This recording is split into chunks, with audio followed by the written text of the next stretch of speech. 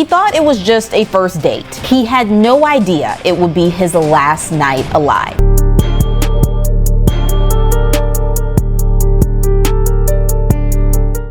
To work with him, man. Hey man, it's your boy Montana, man. Welcome back to another reaction video. Make sure y'all like, comment, subscribe, hit that notification bell in the corner so y'all can know when I'm posting. So look, man, watch who y'all meeting on these social media sites.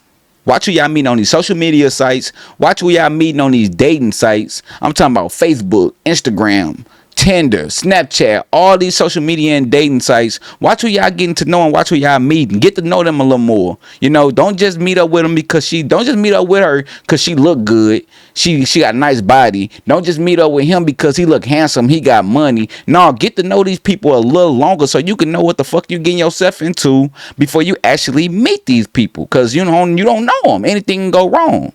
So look, let's go ahead and get into this reaction video, man. Teen lures man on a date, then watches her boyfriend kill him. Basically, I guess she set him up with someone when they went on a date. So let's get into this reaction video, man. Yeah. When Jarrell Pryor agreed to meet a woman he connected with online, he that blind man. You see that? You see that? That blind. Look at that. Blind you. Yo, she look good. I'm finna hit that up. I'm finna get on that instantly. No, looks can be deceiving. He thought it was just a first date. He had no idea it would be his last night alive. Crazy Jarrell work. was a proud father, a girl dad. And now he was a that father. little girl has to face a world without him. No more bedtime stories, no father-daughter dances, and one day, no dad waiting at the end of the aisle to walk her into a new chapter of life. Crazy what started work. as a simple night out allegedly ended in a deadly setup. Indianapolis police say Jarrell was ambushed, allegedly lured into a trap by the very woman he'd hoped to get to know. She reportedly was not alone. Detectives believe she was working with her boyfriend. An alleged plan to rob Jarrell turned violent and ended in murder. Bitch. I'm Kennedy Walker, and I'll walk you through the chilling final moments of Jarrell Pryor's life. That's crazy. And the twisted betrayal that left a community searching for justice. For this story, we take you to Indianapolis, Indiana, January 2025. According to court documents obtained by Law and Crime, Jarrell Pryor's murder began with a text and ended with an alleged deadly setup. Just hours before he was killed, police say Jarrell messaged a young woman he'd met online, 19-year-old Alexis Hawkins. The message was just 3 words: when you free. The affidavit says Hawkins responded. She told him when she was available and agreed to go on a date. But here's where the story takes a dark turn. While she was allegedly texting Jarrell, Hawkins was reportedly messaging someone else on Instagram. See, I don't trust it. 18-year-old. I don't trust it. I don't trust it. And even if I am meeting a woman in person, man, hey, I ain't gonna even lie to you, shorty. Hey, blick on me at all times. Blick on me at all times. I don't even be trusting women when they on their phone next to me. When I first meet you, when this is my first time, I ain't gonna lie, sometimes it could be genuine though. You feel what I'm saying? But not in this case. So in this case, I don't even trust women that I just meet on their phone next to me. I swear to God, I'm a street nigga. I'm an ex-street nigga. You feel me? I'm an ex-hood nigga. You feel what I'm saying? I don't trust it. Like, why is you on your phone when you supposed to be worried about me and not supposed to be worried about you right now? What you doing on your phone? And best believe I'm looking out the corner of my eye. Best believe I got heat on me, and I'm looking out the corner of my eye like, who she texting? Bro, man, you gotta sign an affidavit. You can't even come around me with a phone at this point. Year-old Brian Winston Jr. Investigators say Hawkins was working out the details of her date with Pryor while secretly coordinating with Winston behind the scenes. Jarrell had no idea, no clue that Hawkins was in a relationship or that anything could go wrong. They don't tell you that. Date, and maybe. See, they don't tell you that when you first talking to a woman. You don't even know nothing really about her, or they just telling you what they want to tell you. It's just crazy work, bro. Like, let me know if you fucking with a nigga, man. Let me know, because these niggas don't play about these women, bro.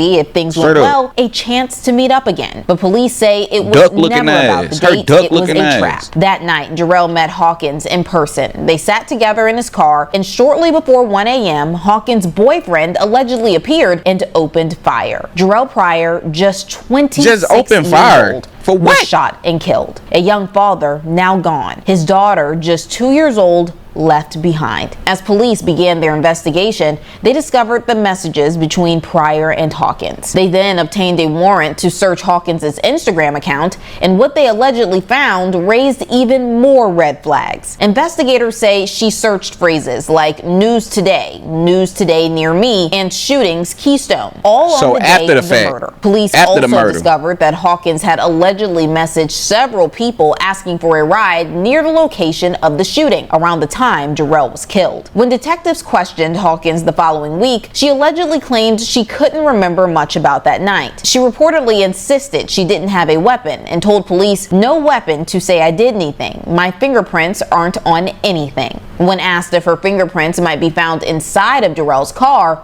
Hawkins reportedly replied, "It's not going to be on no weapon though." But the moment investigators asked about a message she sent saying she was going to make a quote play, Hawkins allegedly stopped talking and asked for a lawyer. She was arrested shortly after and charged with murder and robbery resulting in serious bodily injury. Winston was charged as well with murder, felony murder, and robbery. Now Jarrell's family is left to pick up the pieces. His parents, once looking forward to watching their son become the man and father he aspired to be, are now raising the little girl he left behind. His mother, Tanika Wiley, told WXIN, "I'm broken inside."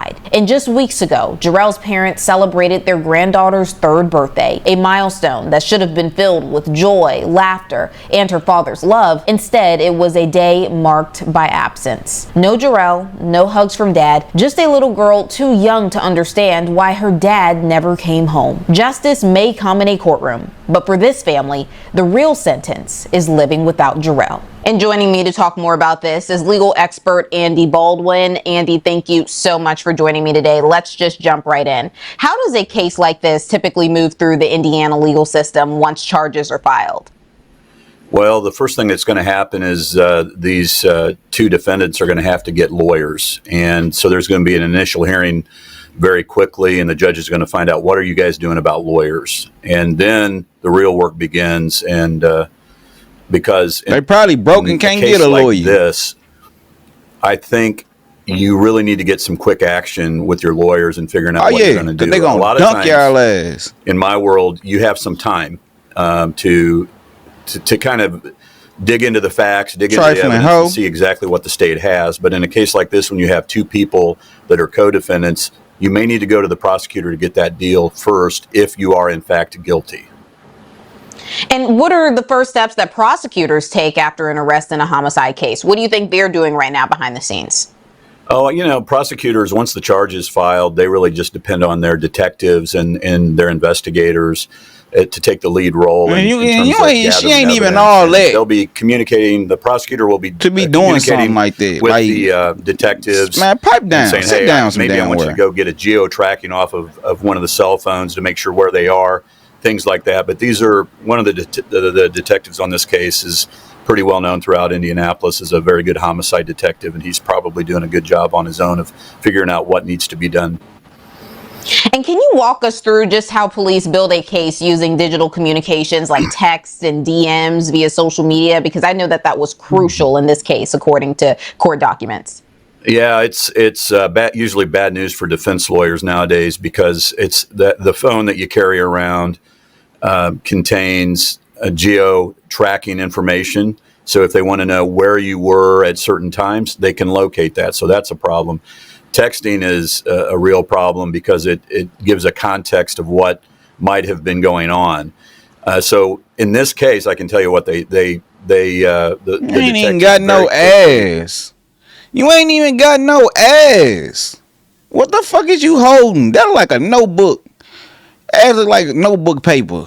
The fuck you holding? I would have swiped right past your ass. I would have clicked right off your profile as soon as possible. As soon as I see, girl, you ain't even all lit. The fuck? Pancake booty ass. He sent letters to Google and to Meta saying, preserve the evidence. We need the evidence preserved. But on top of that, while they're preserving that evidence, they're getting search warrants for the phone. So Alexis, who's one of the defendants, they have her phone. Brian Winston, the other defendant, he tried to break his phone, according to the probable cause affidavit, at least. And whether he was successful or not, we don't know yet. But they're going to get search warrant for those phones, so they do everything right. And then they're going to start going and digging through the Instagram and Snapchat and all the other things. Oh, yeah. Direct messages from Facebook, and see if they can tell the story. If the investigation can point toward one or both of them more definitively than currently. Now, both suspects, they were charged with murder, and I think Brian was the one that was charged with felony murder. What's the legal difference between murder and felony murder under Indiana law? Yeah, so actually, it looks like it's Alexis that's charged with the felony murder. I ain't gonna lie, I It looks hate like what they're females. I hate females that throw up gang signs. Like, I swear to God, I know it's a lot of females out here thugging. You feel me? And that's cool or whatever. But I hate when a female thugging. I don't like that, bro. I don't like that shit, bro. Like, sit your ass down. Because when something happen, if something pop off, what the fuck you think they gonna do? The females. They gonna run, scream, oh my God, they shooting. Oh my God. The same person in the fucking picture holding up blood next to the gang. Or holding up, signs and gang. Like, sit y'all ass down some damn where. Like, what? Like, I hate a female that gang bang. Like, that's not cute. And y'all niggas shouldn't want women that gang bang. Or throw up sets, or be in the hood. You should be at home cooking and cleaning. That's what the fuck you should be doing. You should be at home cooking and cleaning, waiting on a nigga to get to the crib. Doing feminine things. Don't be out here gang banging with me, because you ain't gonna be able to shoot nothing when it's time. You gonna run. You feel what I'm saying? I don't like that shit, man. Like, straight up. Trying to say is that Alexis was in a car with the deceased Jarrell Pryor, and I think from reading it's a 12-page probable cause affidavit, and what they're kind of saying is Alexis took Jarrell on a date, or he took her on a date, but she was cluing Mr. Winston, her actual boyfriend, in on where they were going to be and so forth, and that Mr. Winston then at some point in time came in knowing where they were, and shot and killed Mr. Pryor. But for what though? Felony murder. And felony murder is like for what though?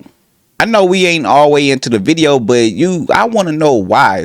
Like, why? Because he was with your girl, or you checked her location, you found out that she was with a nigga, and you pulled up and you seen that, and you just got the bucking, got the blicking. Like, why? Like, why? What did he do to you for you to do that? Was it her fault? It be always the women though. It always the women. They get you in a fucked up situation. Hey, I did not actually do the shooting, but I knew what was going on, and there was going to be a robbery. Oh, okay. And it's going to be a robbery. I was a participant in the robbery, which is a felony. And when somebody gets killed during the commission of a felony, then you can be charged with felony murder, even though you had nothing to do with the shooting. You was there. Could this be considered even a conspiracy to commit murder, even if only one person fired the gun? It definitely could be, and I think they may have to amend their charging information later on. But conspiracy means you actually have to prove the murder. A felony murder is such a problem for defense lawyers, because a lot of times what happens is nobody was intending to be killed. The two participants, if Alexis and Brian, the two defendants, were actually just trying to rob the person, then in reality, they weren't committing murder. They were just committing robbery. And that's why the felony murder matters. A conspiracy to commit murder would mean that you would have to show that they actually intended to kill this young man. Yeah, I know we just talked about the charges could be upgraded to that, but is there any way that anyone could take some type of plea, or even going to manslaughter, or is that just not possible with a case as strong as this one? Oh, anything's possible. And I don't know how strong the case is at this point. I mean, I've read through the probable cause affidavit, and thinking like a defense lawyer does, I see that both of them have arguments that they can make. And that's why I think whoever gets to the prosecutor first, may get the better plea offer. However, you have to start with the presumption of innocence. Of course, I'm a defense lawyer, so this is what I do. And I start with the presumption of innocence. And I would be asking, if I had either Alexis or Brian, I'd be asking them maybe sooner rather than I normally would in a case, hey, it's time to kind of tell me what might have happened. Because if you have any involvement at all, I need to go to the prosecutor and cut this deal before the other side gets to the prosecutor. So, yeah, a plea agreement could be on the table for sure. And can you walk us through just what that looks like, since, you know, you do have a lot of experience with that? What could both sides be arguing when they go to the prosecution when they're trying to get a deal? Yeah, the way I would argue it is that we'll take Alexis, for example. Alexis, when you read the probable cause affidavit, she denies having any involvement in the shooting, but at least on the probable cause affidavit paperwork, she does admit that she was there when the shooting happened, and that she was scared and that she ran away. And so it could be that she points the finger at Brian Winston, her boyfriend, and says, he's a jealous guy. He showed up and I had no idea what was going to happen. And he shot and killed this guy because he's a jealous guy. Brian and I, my boyfriend, we were fighting. I was just thinking that. Day, so I went out with a different guy and my jealous boyfriend. I was just saying when you go that to the too. prosecutor, you say, this is what my client's going to say if we go to trial. And you know, she's willing to come forward and incriminate Mr. Winston, but she wants, you know, you start with swinging for the fences. She wants all charges dismissed. Now, Mr. Winston, on the other hand, you know, reading through the probable cause affidavit, I don't see that there's not a whole lot of evidence, direct evidence that links him to the crime. So if I were him, I'd be saying, I'd say, I have no idea what happened here. Alexis, my girlfriend, she leads kind of a wild life. I mean, when you read the probable cause affidavit, Kennedy, you see that Alexis's mom kicked her out of the house because Alexis was hanging out with pimps, and that's her own words, the mom's words, and other kind of narrative. She was a fast ass, so trifling ass. Brian Winston's attorney, I'm saying, individual. You know, that's he what has she nothing was. to do with this. And Alexis is hanging out with these kind of, you know, this wild crowd, and anybody could have killed her. And so, you know, I don't really know what you want me. My involvement is nothing, so there's nothing I can do. Now, I don't know that Brian's going to be able to say ever, like, I knew what happened with Alexis, because then it would implicate himself, unless he's going to say that Alexis told me what happened. But when Kennedy, when you read the probable cause affidavit, you're going to see that at this, whatever happened about 1 a.m, roughly, and about 5:30, a few hours later, when I wouldn't Alexis even be out and with Brian, a her woman boyfriend, are communicating fucking on by text, 11. and they're saying, "I love you. I'm going home. I'm sorry." But they don't talk anything about pulling up on the shooting guys. or a shooting or a killing or anything like that. So it just seems like a boyfriend and a girlfriend that were in a fight. So there's a lot of stuff going on in this case where a defense lawyer can make some hay. Yeah, just so many moving parts. But do you think, and this is all speculation at this point, obviously, but do you think that Alexis would truly have an argument like the one you suggested, given the fact that they have her, you know, alleged Instagram messages where she's planning everything with the boyfriend? You know, it's a little unclear, honestly, when you read it. You can interpret things the way that you want. And by the way, I mean, just because she looks like she's wanting to rob somebody doesn't mean it was with it. In the probable cause affidavit, here it is. There, she does send like what I would say a really bad text out about hitting a lick, or the phrase "hitting a lick" is, you know, street slang for I'm going to rob somebody and take some of their stuff. And she talks about hitting a lick, and that's pretty bad. But it doesn't mean that it was with Brian Winston. I mean, if she's hanging out with lots of bad people, she could have been hitting a lick with anybody. Right. And so there's another wrinkle on this case as well. Talking about hitting a lick. I don't see Brian and Alexis frail being ass boyfriend down. and girlfriend too much longer. I will tell you that much. I mean, I think somebody's going to have to turn on the other here shortly, and they'd probably be wise to do that unless they are absolutely not guilty. But there seems to be too much evidence to support that theory. Right. I'd be surprised if they're still boyfriend and girlfriend, given the fact that they're both sitting in jail right now. I feel like that's pretty hard to maintain a relationship while that's going on. But you would be surprised. Oh, right. They probably don't give a You're damn. absolutely right. Anything They is probably love possible. each other. Well, both Don't care. suspects were What charged with happened? robbery resulting in serious bodily injury. Can you explain what that means in this context? Yeah, it's not very complicated. It is kind of what it says that it is. When you are committing a robbery and you hit somebody with the butt of a gun, or you shoot them, and Indiana has a definition for serious bodily injury, and if they meet the definition, the person that's hit or shot meets that definition by their injuries, then you would be charged with a robbery causing serious bodily injury in the course of that robbery. And it's prosecutors are going to throw everything against the wall typically and see what sticks, because they don't know how the thing's going to shake out ultimately.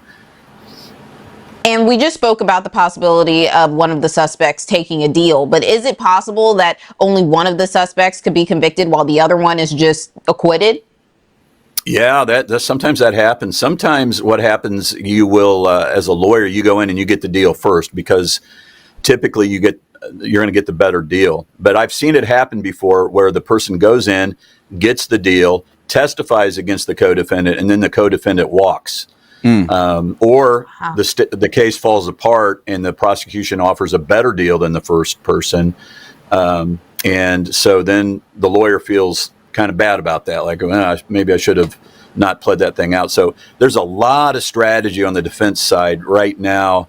Whoever they hire, whatever public defender they end up with, those people right at the beginning of a case like this, it's very crucial to plan it out in a smart way. How does intent factor into a case where one suspect, allegedly lured the victim and another one allegedly pulled the trigger? But because in the felony murder law of Indiana, it doesn't matter who pulls the trigger. It just doesn't. And so you better not have been a participant in the robbery. And that's why I think if you was there during the robbery, during the killing, you still ain't do nothing, you still going to jail because you was there when it happened. Her boyfriend showed up. Basically, there's geo-tracking on his phone that shows that. Then she's going to have to say, this came out of nowhere. I mean, this guy's jealous. He's angry. He came in and shot, and I left. And then when I told him later in the morning, when I told my boyfriend at 4:30 or 5:30 in the morning that I loved him, that's because I'm scared. I don't want him to think. Those are the kind of things that she's going to have to say in order to not be implicated in the robbery. But then again, like you said, Kennedy, there's text messages and internet evidence that she's planning. See, this what I think. And they might say different, but this is what I think, and it happens like this all the time. What if she was on a date, though? What if she was on a legit date, and she did have a crazy-ass boyfriend?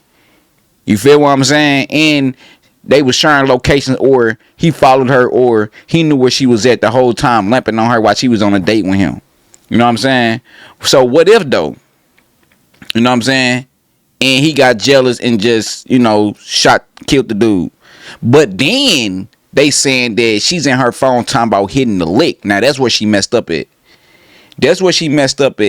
By saying you hitting the lick and all that woo-woo. So now they think you was in on this. But now that you scared, now you telling them you ain't had nothing to do with it. You was there. Your fingerprints ain't know nothing, but you ain't had nothing to do with it. But you was there. And you was on your phone talking about hitting the lick. So basically, she gonna have to come up with something to get herself up out of this situation. Like, yeah, if she was on her phone saying she was finna hit a lick, she probably would have been good. I ain't gonna fake it, cause like you said, it could have been a jealous boyfriend following her, just got out, started blicking. You feel me? She probably could, I don't know what was gonna happen after that if it went like that, but she probably could have gotten less trouble or something. I don't know. But if you ain't got nothing to do with it at all, I don't think you should get in trouble for it. Like if you actually ain't got nothing to do with it, like if you were just on a date with a boy and your boyfriend just pulled up out of nowhere and get the blicking, like that's not, your fault. He crazy. You feel me? You trying to move on and he fucking up what you got going on type shit. You feel what I'm saying? And then, why you mad at the nigga for? If you with this girl and y'all in a relationship and she on a date with another man and you still fuck with her, why is you mad at him? Why you kill him for? You should be fucking her up. See, the female is who you should be mad at, not the nigga. The nigga just being the dude just being a man. You know what I'm saying? He seen some shit that he thought was fine. He hit her up. He want to take her out. Whole time, this girl got some whole other shit going on. Ain't telling him what's going on. Yeah, you just want to meet up with a motherfucker. This man don't even know what you got going on. You can have a boyfriend. You can be in a relationship. You can be in a fucked up relationship. You can be in a crazy ass relationship. And then you just got this man involved and he ain't got nothing to do with the fuck y'all got going on. So what the fuck you getting mad at the nigga for? She the one you should be getting mad at. If anybody should have got killed, it should have been her ass. I'm just saying. Don't get mad at the man because the man being the man. You know what I'm saying? Shit. To hit a lick or to rob somebody, and so that becomes very difficult. Then you're going to say, well, I was going to that's not the robbery I was talking about. It was a different robbery. Oh, no. Boy, once you start slicing that onion down, it's not very good usually for the client. How do courts authenticate that type of digital evidence, like those Instagram DMs and the Google search history? That's a great question, and we defense lawyers are always battling to cause a judge to maybe throw out that evidence, but it's really not that complicated. You get Google involved. There's a business record. They prepare. They send it to the prosecutor. They send it to you, and there's really not a whole lot you can do about it. You can question who was on the device at the time that and maybe it wasn't my client that sent that stuff out. It was her sister or something like that, or a neighbor. But the authentication process is actually not that complicated. Now, both suspects, they are teenagers. Does their age impact how they'll be tried in Indiana? Are judges or juries more lenient when it comes to young defendants in violent crimes? It's a great question, and I think in today's world it matters less and less about the age. Man, they getting tried as an adult. Juries, they just want to see the facts, and they want to see, did the state prove its case beyond a reasonable doubt. Judges at sentencing time, it may have impact on them in terms of whether over 18 or not they're going to be a little bit more lenient on a sentence should there be a conviction. And the really, I'd say, if anybody's going to care about the age, it might be the prosecutor. The prosecutor might, if it's a close call on whether to pull the trigger on a plea agreement, the prosecutor's looking at the case, or maybe we might lose this case. Some of the facts may not go down the right way. So it's a young person, and they can start to psychologically think maybe we can give this person a little bit of a break, and it could have some impact on the prosecutor's decision in terms of a plea. And the prosecutors, they are trying to prove, a setup. What evidence matters the most?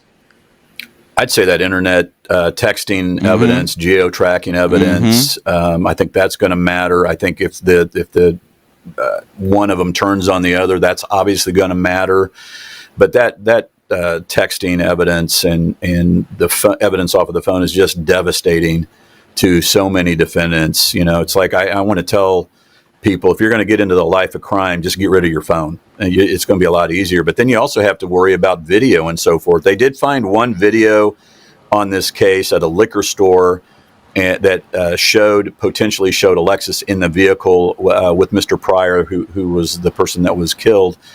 But Mr. Winston, her boyfriend, was not in that video. But we don't know if there was flock video of the car leaving or anywhere else. So there's still more to come, I'm sure.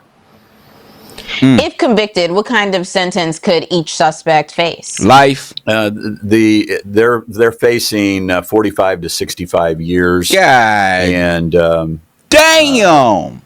In reality, that 45 is a mandatory minimum, meaning wow. The best they can do is 45 years. And in Indiana, currently you have to serve 75% of that. So I'm not good with math. I don't know what that would be. I think it's 37 and a half years, something like that.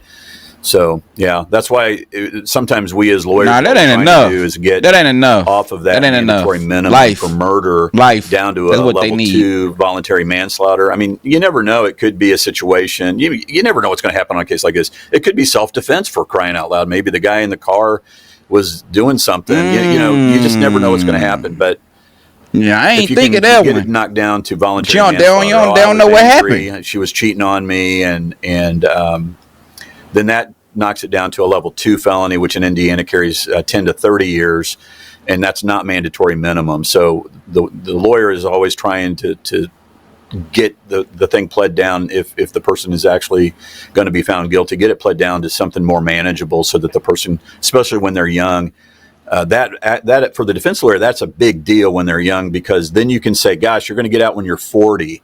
But when they're 40 already and they're going to get out when they're 75 or 80, then it's like you might as well roll the dice at that point in time. And that actually, I forgot to add that part is who does the age impact? In a lot of ways, the biggest impact is on the defense lawyer and the choices that you make and the risks that you're willing to take on behalf of your client.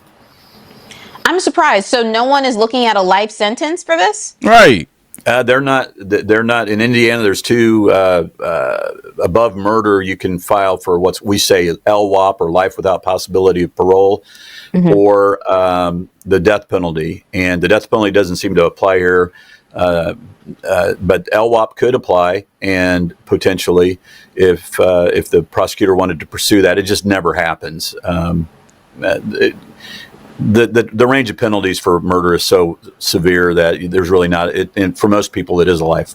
It is a life without possibility of parole. Could the victim's family pursue a civil case in addition to a criminal trial?